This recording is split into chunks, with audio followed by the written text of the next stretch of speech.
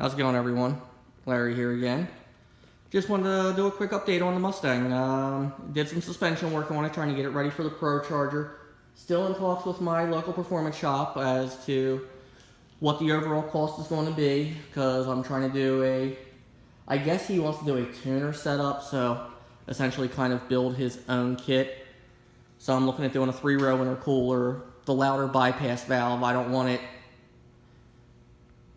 basically dumping back into the engine. I want it recirculating into the atmosphere that way, so you get the whoosh sounds out of it. You know, kind of the ricer in me. But anyhow, between that, doing the 410 gears in it, curious to see what the cost is going to be. But also went ahead and did some Cervini's hood struts.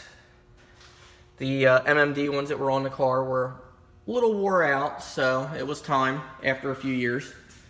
But did some major changes over the weekend, or not over the weekend, over the past week. I installed a new suspension setup on the car. It's on Ford Racing K-springs, or excuse me, Ford Performance K-springs, as well as Ford Performance GT500 strut mounts, the Ford Performance bump stop jounce kit. It is also utilizing Bilstein B6 struts and shocks, as well as Steeda upper and lower control arms in the rear. The upper control arm is their fixed tubular setup for lowered cars, and the lowers are their billet setup with polyurethane bushings. Now this car also has an 8.8 already in it with a urethane bushing on the top of the differential, and now also having a urethane or polyurethane bushing in the upper mount or upper control arm. So it definitely stiffened the car up a lot. I also did some BMR adjustable or control arm relocation brackets. Sorry, I had to think about that for a second. One other thing I also installed is a Shaftmasters 3.5-inch aluminum drive shaft.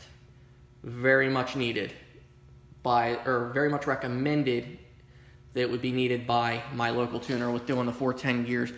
He was afraid that it's going to be too much of a max RPM on the drive shaft, and he didn't want it to have catastrophic failure of the drive shaft. He said anything over 90 mile an hour and the drive shaft could have the stock drive shaft could have catastrophic failure. So that being said, I took his recommendation and I replaced the drive shaft. So this car is now good to go on the suspension. Boss 302 strut bar, Bilstein struts with, as you can see there's the Bilstein struts. There's the Ford Performance springs. Down here we have our Steeda lower control arms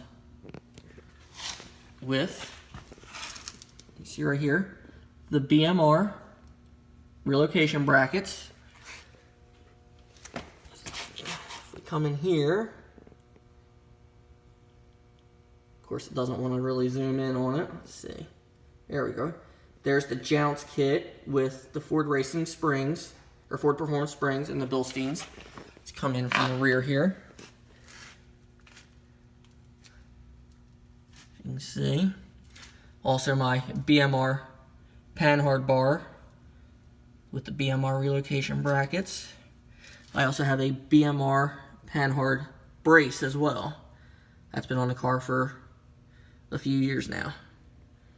But definitely love how this car rides and handles. Such a huge difference. Can't wait to see how it is for when it gets some boost thrown at it. You can also see the car sporting some new wheels. It now has Ford Star CF5s, 20 by 11 in the back, and 20 by 8.5 in the front, or excuse me, 20 by 9 in the front. This is the gloss gunmetal. And the tires are Nitto NT05 rear 530 ZR20s. And this car hooks very well with these. Very well. Running the two 5535 R20s on the front. Again, Nitto NT05s.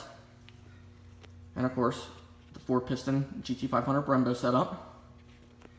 But very much looking forward to see how this car responds with boost and the 410 gears. I think it's going to be a lot of fun.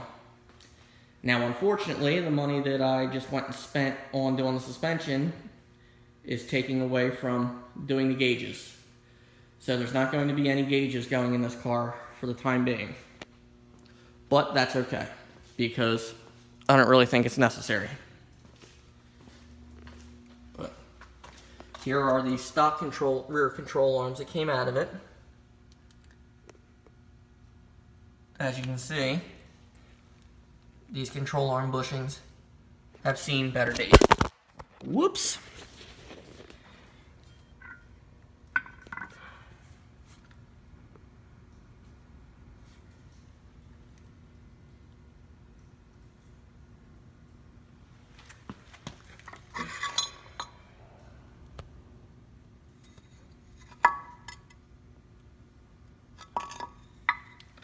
So for something with 86,000 miles and being 10 and a half years old, it was time. And then, here's another good part. Let's look at the struts. These are the factory struts, and you can see the heat marks in the shaft.